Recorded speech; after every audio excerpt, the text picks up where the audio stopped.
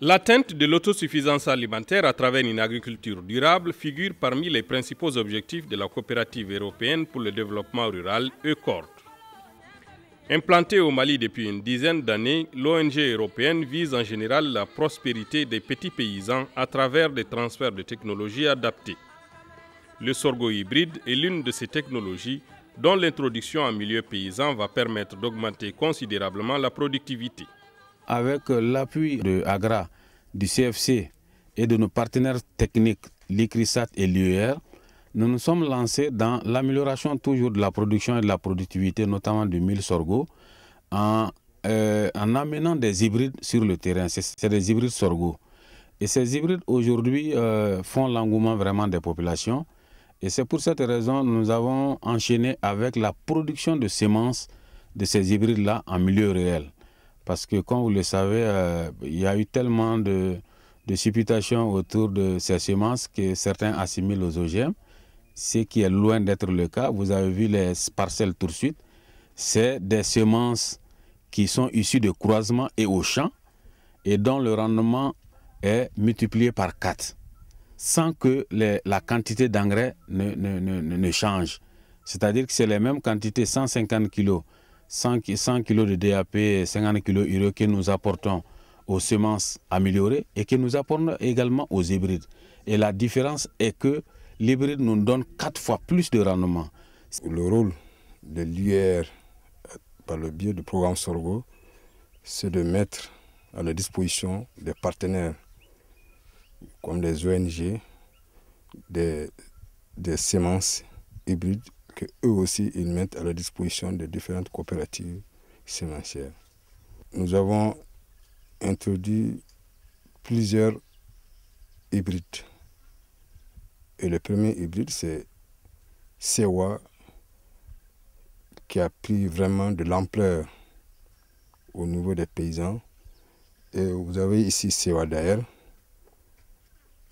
Si l'entretien a été bien fait, du semis jusqu'à la mise de l'engrais, si c'est très bien fait, je pense que les 4 tonnes qui sont potentielles de rendement vont être obtenues, il n'y a même pas de problème. Nous avons une dynamique de collaboration avec tous les partenaires de l'IR à travers un cycle de programmation qui nous permet de questionner les différents acteurs sur les problématiques de la recherche. Et ceci nous permet aussi de vulgariser nos technologies à partir donc, de ces partenaires-là. Il s'agit donc des services d'encadrement, des ONG et des organisations professionnelles agricoles. Pour y parvenir, ECORD et ses partenaires ont choisi d'encourager la production de semences de sorgho hybrides issues du croisement d'une espèce locale et d'une espèce améliorée. En vue d'une meilleure appropriation, les paysans producteurs et les techniciens chargés de la vulgarisation ont été au préalable formés sur cette technologie. Nous avons fait une formation. Oui, c'est ma séna. Si crois nous n'entendons de Canada, sera même que à si crois là, ani si même pas moulo, ou sera d'amrabu ni on sait, ou tekele, à si sera kabo katame angasika. Si crois même moulo nécessaire, sera bata. Je suis venu apprendre comme tous les autres les techniques de production des semences hybrides et de commercialisation aussi. D'après les paysans et ce que moi-même j'ai constaté, ça améliore beaucoup le travail parce que les rendements ne sont pas les mêmes que les sorgho habituellement cultivés. Et le travail aussi est beaucoup plus facile par rapport aux techniques culturelles. Quand les paysans suivent les techniques culturelles, ils sont beaucoup plus à l'aise qu'avec leurs méthodes traditionnelles. Même à vue d'œil, on sait que les hybrides sont beaucoup plus rentables que les variétés locales utilisées. Parce que sur les notices des hybrides, on parle de rendements entre 3 tonnes 500 et 4 tonnes. Or, les sorgho locaux habituellement cultivés, ça c'est entre 500 et 800 kg généralement. La formation s'est poursuivie sur le terrain avec une série de visites dans les champs de production de semences comme celui-ci situé à Madina Kouroulamini dans le cercle de Bougouni. Le propriétaire de la parcelle, qui semble bien avoir assimilé les techniques de production, ne doute point de l'atteinte des résultats.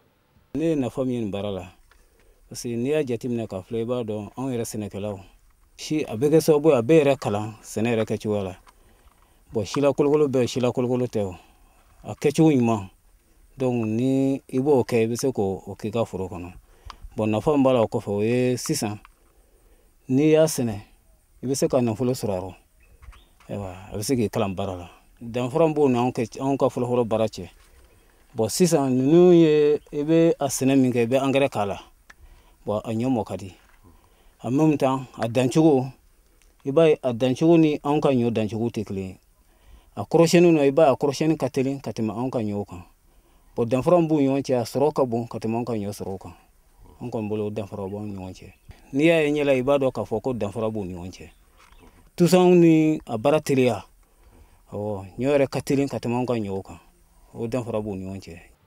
Même scénario à Ouré, où Sidiki Sangaré exploite sa parcelle selon les instructions de l'encadrement technique. Ici, on voit nettement que le sorgho est au stade des piaisons et les plantes mâles se distinguent de celles femelles par leur taille et surtout la qualité de leur épi. Gléa bati a bara la ochola.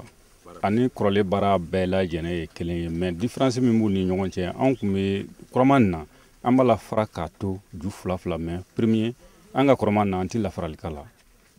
Bon, anga kroman fan la a nogodon tugo no nogodon tugo be kelen mais soro min be kala o tike an tanni la même ni ya nogo bela jene do kelen soro min be ken na tike an ta krolen si kolokolo ni nafa ba de bala parce que a be do fara Sénégal ka soroka a yela ka fo ni siu u ka arrangement ani kaba arrangement u be ta nyona andum be tun yelemelen do kaba kan o kaba dum be nya yoro dowla bimirite nya ola menina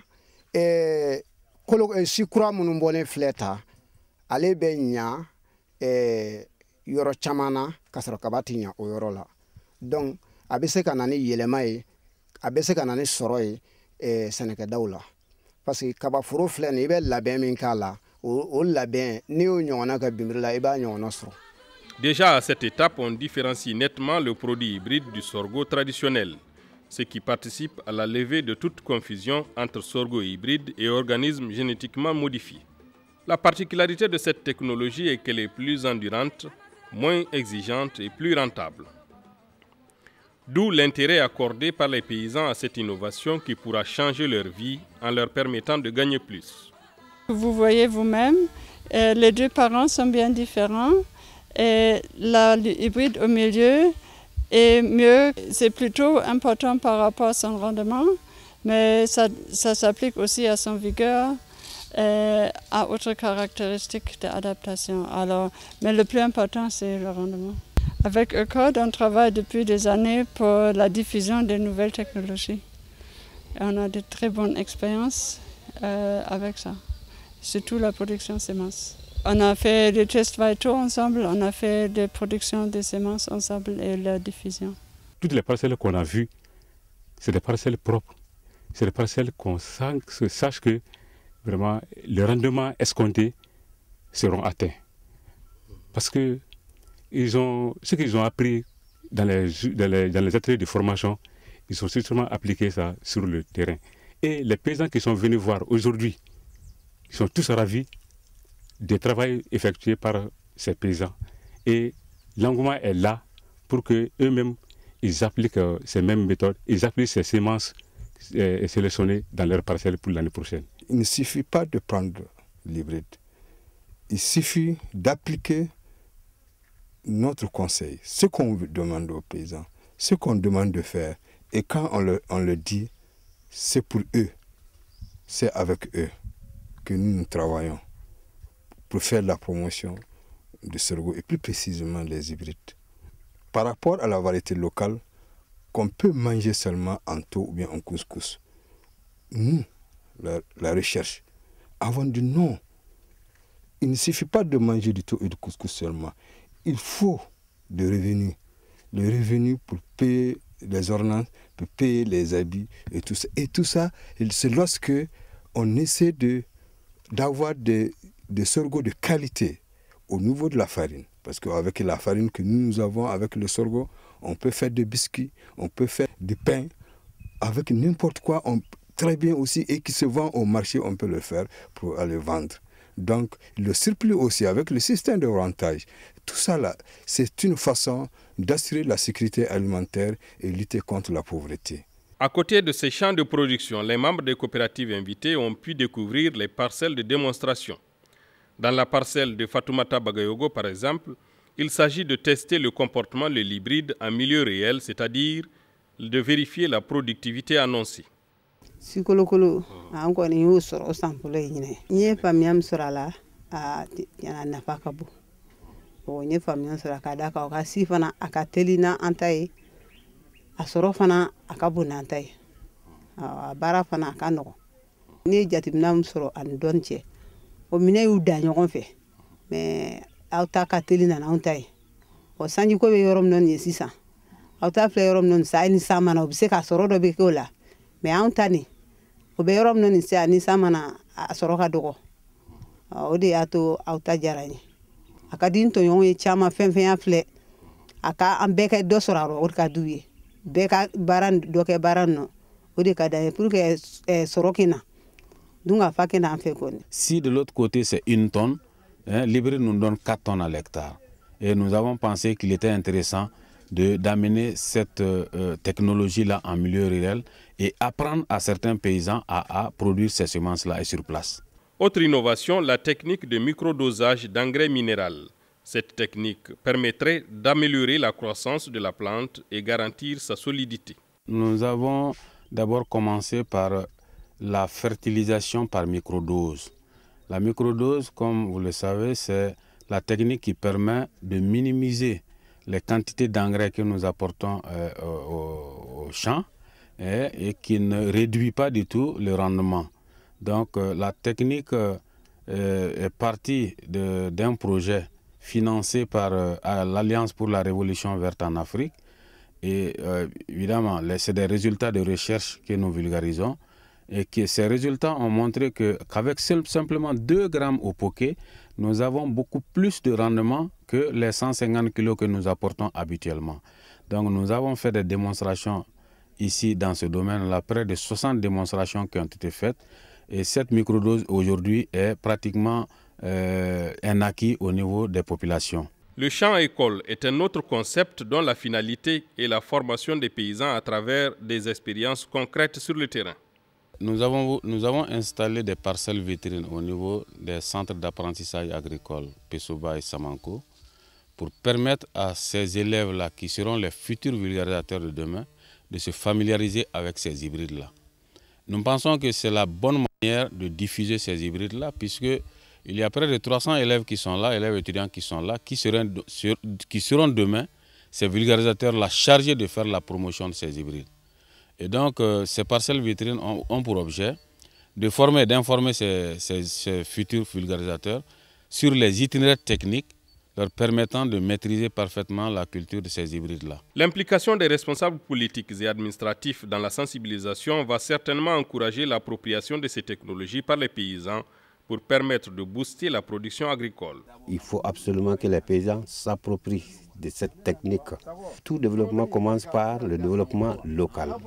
Et le développement local, s'il y a des acteurs sur place, c'est une très bonne chose.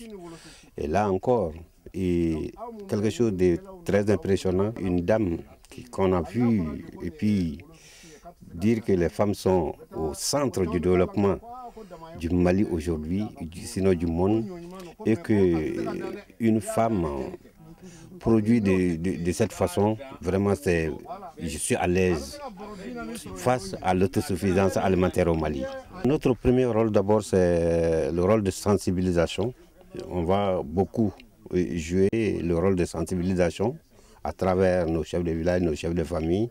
Lors de nos réunions, il faudrait qu'on en parle beaucoup à nos populations pour que la famine disparaisse. Et la famine ne peut pas disparaître de ce lieu sans passer par ce chemin.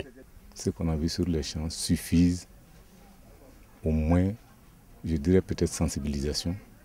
C'est amener les gens à changer peut-être de comportement parce que nous avons vu, n'eût été cette recherche. On avait vu tout le monde s'était adonné à la culture du maïs. Mais le rendement que ça va donner, je crois que les gens vont changer.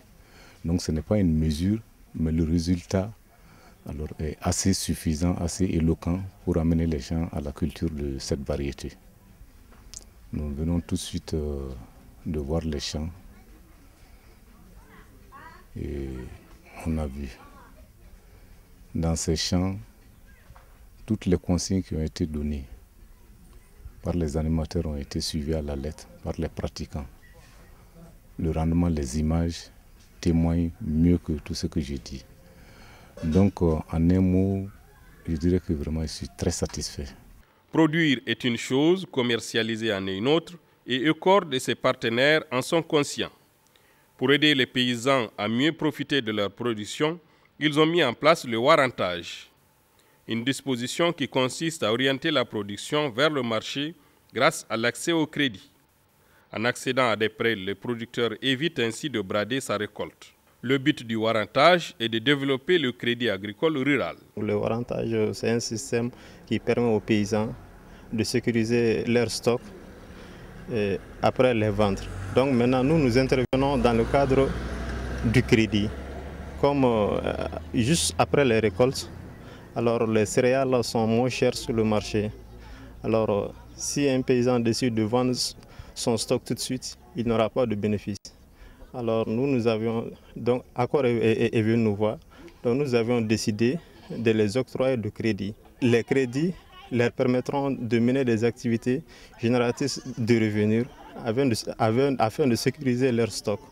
Donc qui dure à peu près soit il y a 4 mois, il y a 5 mois, il y a 6 mois, ça dépend des localités. Par exemple, ils apprennent que sur le marché, alors la valeur du céréal est augmentée.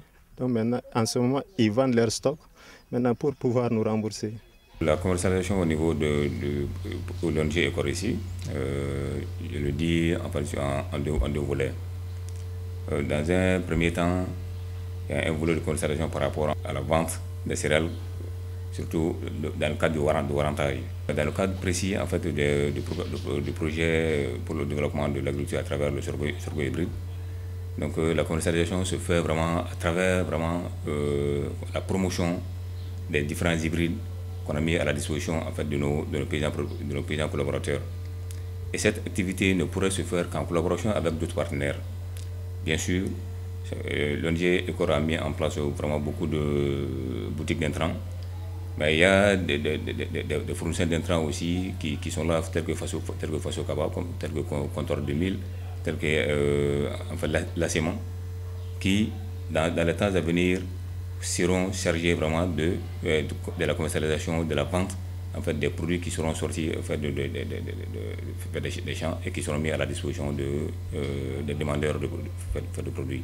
Les relations, d'abord, la première des choses, c'est d'abord de se connaître. C'est vrai qu'on a monté le projet ensemble, mais il y a un cadre formel en fait, qui nous permet de se retrouver, qui sont généralement les ateliers de formation, les visites interpaysannes, qui permettent en fait, aux différents acteurs, que ce soit en fait, les fournisseurs d'intrants, que ce soit les producteurs, que ce soit les élus, que ce soit les services techniques, on se retrouve dans ce cadre donc, pour pouvoir échanger les informations. Et c'est à partir de ces ateliers que chacun peut savoir où est-ce qu'il peut trouver en fait, les hybrides dont j'ai besoin, les hybrides qui répondent en réalité en fait, à nos aspirations. Il faut aussi continuer avec l'aspect commercialisation. Nous avons réalisé 5 magasins de warrantage au niveau de Bougouni, dans certaines communes, et 7 boutiques d'intrants. ECORD intervient dans les régions de Ségou, Koulikoro, Mopti, Sikasso et la zone périurbaine de Bamako. En plus de l'agriculture, ECORD intervient dans le domaine de l'élevage, de la pêche, de l'environnement, de la microfinance et de la commercialisation. Parmi les objectifs d'ECORD, le renforcement des capacités techniques, le transfert de technologies et l'augmentation de la productivité agricole à travers l'émergence des agrodealers. L'antenne au Mali a commencé à opérer depuis 2002 mais en étroite collaboration avec Winrock International qui est un partenaire stratégique. ECOR au Mali s'est fixé comme objectif le développement d'une agriculture durable pour permettre aux petits producteurs de profiter beaucoup plus de ses activités.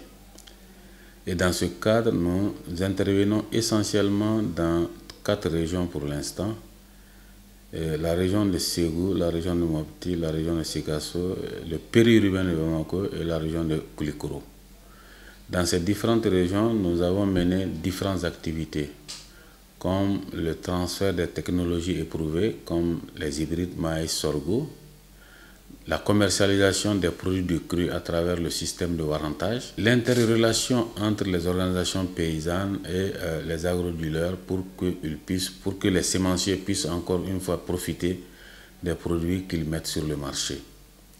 Il y a aussi l'appui aux partenaires ONG, c'est des renforcements de capacités que nous faisons d'une manière générale au niveau de toutes ces régions-là. Nos partenaires, c'est en fonction des projets que nous avons. Nous faisons partie d'un consortium qui a en charge aujourd'hui la mise en œuvre du projet Agra Microdose.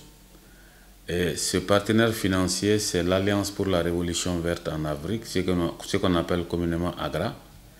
Et dans ce cadre, ECOR a en charge 33% des objectifs d'encadrement. Autrement, en termes de chiffres, nous avons construit 20 magasins de warrantage, 20 boutiques d'intrants et installé jusqu'à 1050 démonstrations à travers les 4 régions-là pour le bénéfice des sociétés coopératives. C'est dire que les sociétés coopératives également sont nos partenaires parce que nous évoluons essentiellement avec ces sociétés coopératives dans toutes ces régions. Il y a également les services techniques et la recherche, bien entendu. Nous sommes en relation étroite avec des agrodealers comme Faso Kaba, comme Nakoshi et même l'association des sémenciers du Mali. Et tous ceux-ci sont invités généralement au niveau des formations que nous menons à travers le pays, notamment dans le cadre de la production de semences en milieu paysan. Il faut dire qu'à ECOR, le sorgho est loin d'être la seule spéculation concernée par la vulgarisation. Déjà entre 2005 et 2010, à travers un financement du CFC par l'intermédiaire d'ICRISAT et de l'UER, ECOR a assisté le programme Arachide en supervisant et en encadrant les paysans. En collaboration avec Winrock International et l'IER, ECOR a introduit le maïs hybride en milieu paysan. L'hybride SAH 2778 est en commercialisation dans des magasins partenaires comme la société Cigogne SA. 90 producteurs de maïs avaient été ainsi retenus pour mettre en valeur 103 hectares, des activités réalisées avec succès par ECOR. Enfin, au titre des activités contractées et réalisées, la gestion des eaux du sol et des nutriments.